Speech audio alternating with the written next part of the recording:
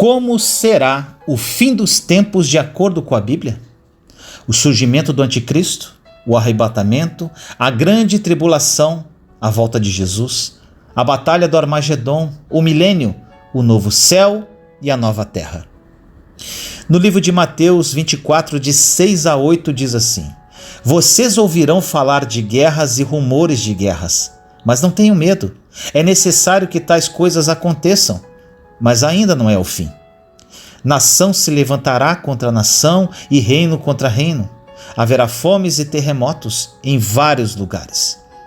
Tudo isso será o início das dores. Meu irmão, minha irmã, essa mensagem é para você descobrir como será o fim dos tempos de acordo com a Bíblia. O surgimento do anticristo, o arrebatamento, a grande tribulação, a volta de Jesus, a batalha do Armagedon, o milênio, o novo céu e a nova terra. Muitas pessoas têm dúvidas de como será o final dos tempos. Por isso eu vou te mostrar, baseado na Bíblia, os principais acontecimentos do antes e depois da volta de Jesus. Vamos começar com as profecias de Daniel e Ezequiel. O profeta Daniel afirma que em determinado momento da história surgirá um homem muito poderoso e inteligente. Olha o que diz em Daniel 8:23. No final do reinado deles, quando a rebelião dos ímpios tiver chegado ao máximo, surgirá um rei de duro semblante, mestre em astúcias. Ainda em Ezequiel 28:3 diz assim: Você é mais sábio que Daniel? Não haverá segredo que lhe seja oculto. Este homem, meu irmão, minha irmã, virá de um cargo político muito importante e conquistará a confiança de muitos. Este homem será aquele que as Escrituras dizem ser o anticristo. Olha essas Escrituras. Em Daniel 11:21 diz assim: Ele será sucedido por um ser desprezível, a quem não tinha sido dada a honra da realeza.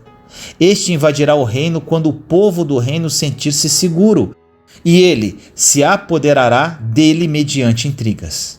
Daniel 8:25 diz assim: Com o intuito de prosperar, ele enganará muitos e se considerará superior aos outros. Destruirá muitos que nele confiam e se insurgirá contra o príncipe dos príncipes. Apesar disso, ele será destruído, mas não pelo poder dos homens.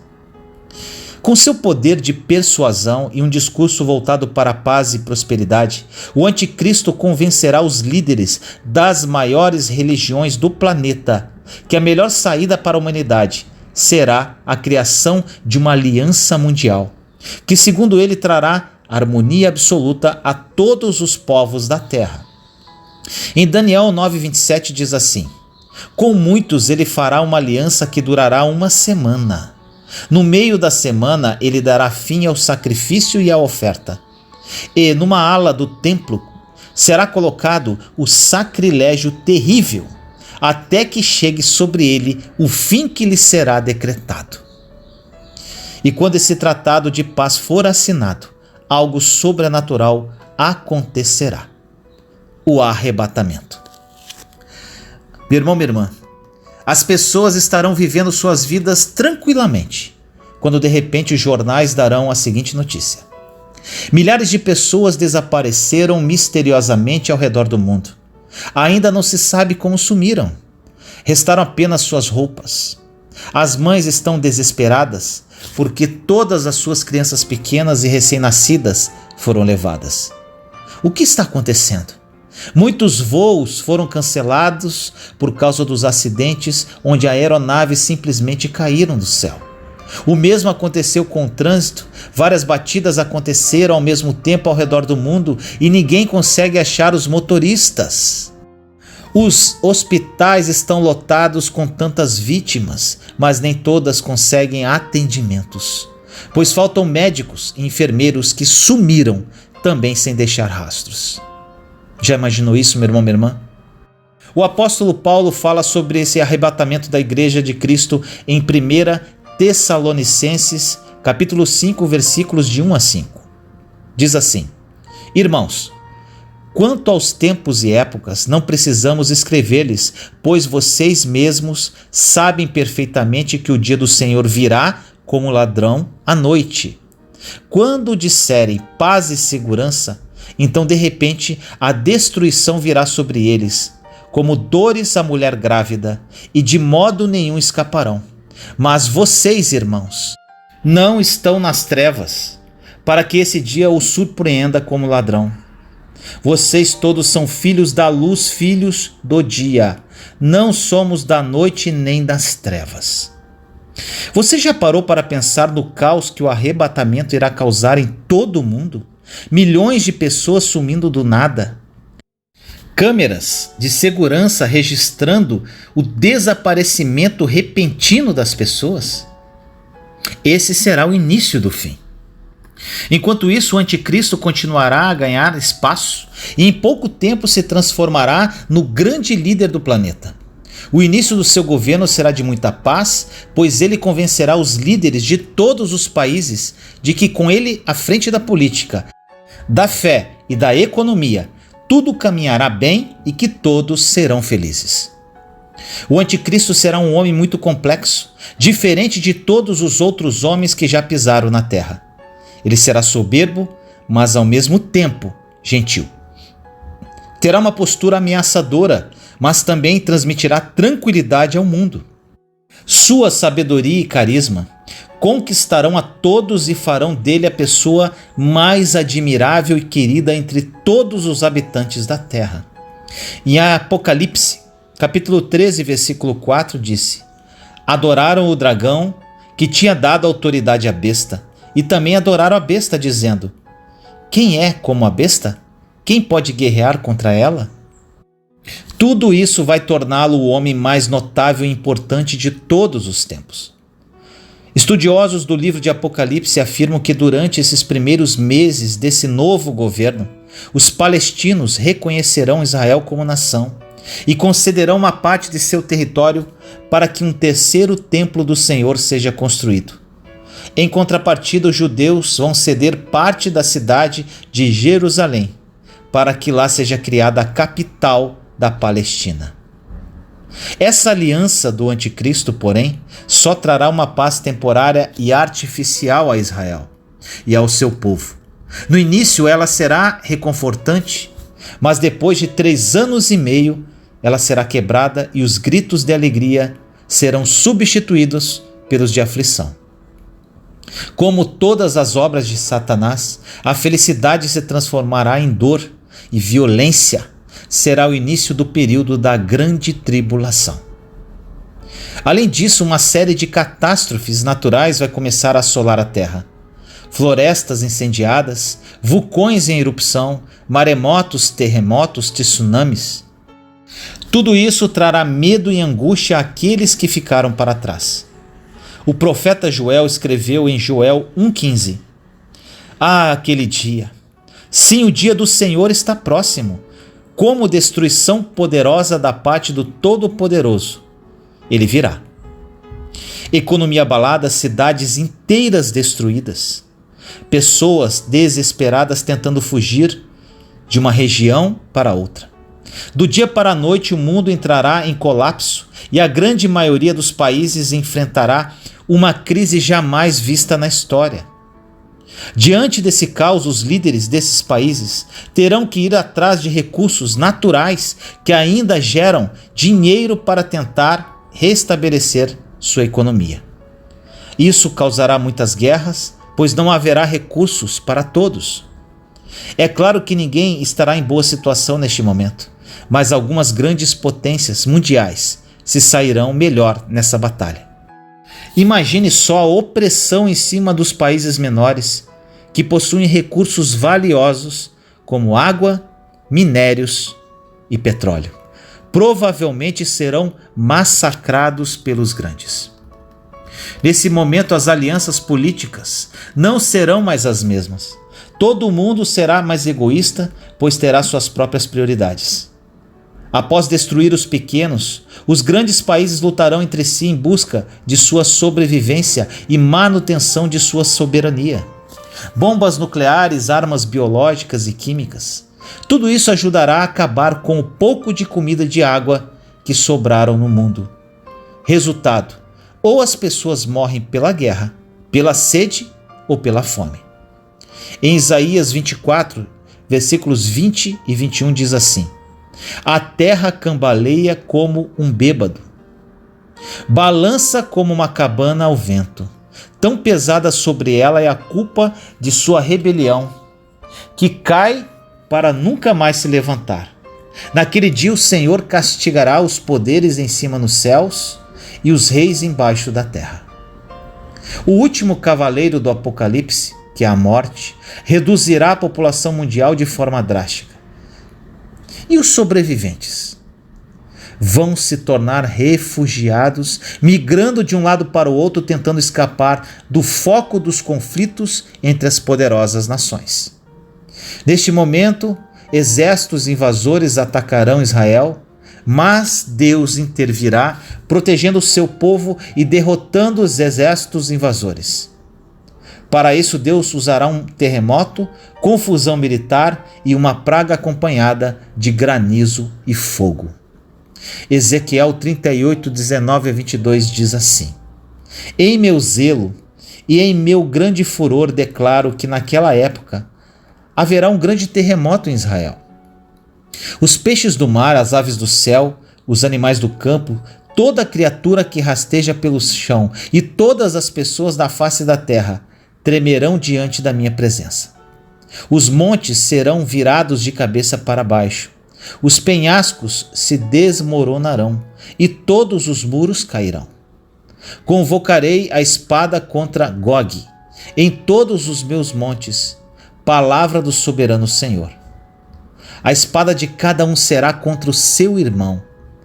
Executarei juízo sobre ele com peste e derramamento de sangue.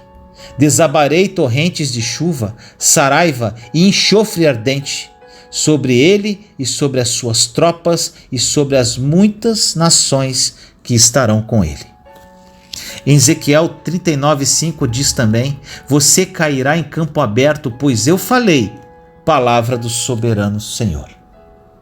Depois desse conflito e da quebra da aliança de paz, o anticristo ficará ainda mais poderoso e aparentemente ninguém será forte o suficiente para lutar contra ele. Sua prepotência será tão grande que ele desafiará o próprio Jesus, que voltará à terra cheio da glória de Deus, e o derrotará naquela que será chamada a Batalha do Armagedon. Apocalipse 16, versículos 16 a 21 diz assim: entre os três espíritos os reuniram no lugar que, em hebraico, é chamado Armagedon. O sétimo anjo derramou a sua taça no ar, e do santuário saiu uma forte voz que vinha do trono, dizendo: está feito. Houve então relâmpagos, vozes, trovões e um forte terremoto. Nunca havia ocorrido um terremoto tão forte como esse desde que o homem existe sobre a terra. A grande cidade foi fracionada em 3 partes, e as cidades das nações se desmoronaram. Deus lembrou-se da grande Babilônia e lhe deu o cálice do vinho do furor da sua ira. Todas as ilhas fugiram e as montanhas desapareceram. Caíram sobre os homens vindas do céu enormes pedras de granizo de cerca de 35 quilos cada. Eles blasfemaram contra Deus por causa do granizo, pois a praga fora terrível. Em seguida, Cristo aprisionará Satanás por 1000 anos. Esse será o tempo de paz e descanso para as pessoas que restaram no planeta. É nesse momento que aqueles que foram mortos pelo anticristo por causa de sua fidelidade ao Senhor serão ressuscitados. Em Apocalipse capítulo 20, versículo 4 está escrito assim: vi as almas dos que foram decapitados por causa do testemunho de Jesus e da palavra de Deus. Eles não tinham adorado a besta nem a sua imagem, e não tinham recebido a sua marca na testa nem nas mãos. Eles ressuscitaram e reinaram com Cristo durante 1000 anos. Assim que terminarem os 1000 anos, Satanás será solto da sua prisão para enganar as nações, que estão nos 4 cantos da terra, com o objetivo de destruir o reino de Cristo. A Bíblia diz que o número de soldados desse exército maligno será tão numeroso quanto a areia do mar. Apocalipse 28 diz assim: E sairá para enganar as nações que estão nos 4 cantos da terra, Gog e Magog, a fim de reuni-las para a batalha. Seu número é como a areia do mar. Essas nações irão marchar até a cidade de Jerusalém, porém Deus enviará fogo do céu e as destruirá completamente. Satanás então será lançado no lago do fogo que arde com enxofre, onde já tinham sido mandados a besta e o anticristo. Eles serão atormentados dia e noite para todo sempre. Apocalipse 20, 10 diz assim: O diabo que os enganava foi lançado no lago de fogo que arde com enxofre, onde já haviam sido lançados a besta e o falso profeta. Eles serão atormentados dia e noite para todo sempre. Deus surgirá do seu trono e todos ficarão diante dele. O livro da vida enfim será aberto e essas pessoas, tanto as vivas quanto as que já haviam morrido, serão julgadas de acordo com o que fizeram durante a sua vida. Apocalipse 20:15 diz assim: Se o nome de alguém não for encontrado no livro da vida, este foi lançado no lago de fogo. Surgirão então um novo céu e uma nova terra. Um mundo novo depois do caos total. Uma terra onde os novos habitantes terão uma vida eterna de paz e alegria. Uma terra onde Deus se faz presente entre eles e todos vivem juntos no mesmo local. Um lugar onde não existe tristeza, dor ou sofrimento. Não haverá mais luto, pois a morte já não existirá. Ao final do livro de Apocalipse, o Senhor deixa o seguinte recado para mim e para você em Apocalipse capítulo 22, versículos de 12 a 14. Eis que vem em breve. A minha recompensa está comigo, e eu retribuirei a cada um de acordo com o que fez. Eu sou o Alfa e o Ômega, o primeiro e o último, o princípio e o fim. Felizes os que lavam as suas vestes, para que tenham direito à árvore da vida e possam entrar na cidade pelas portas.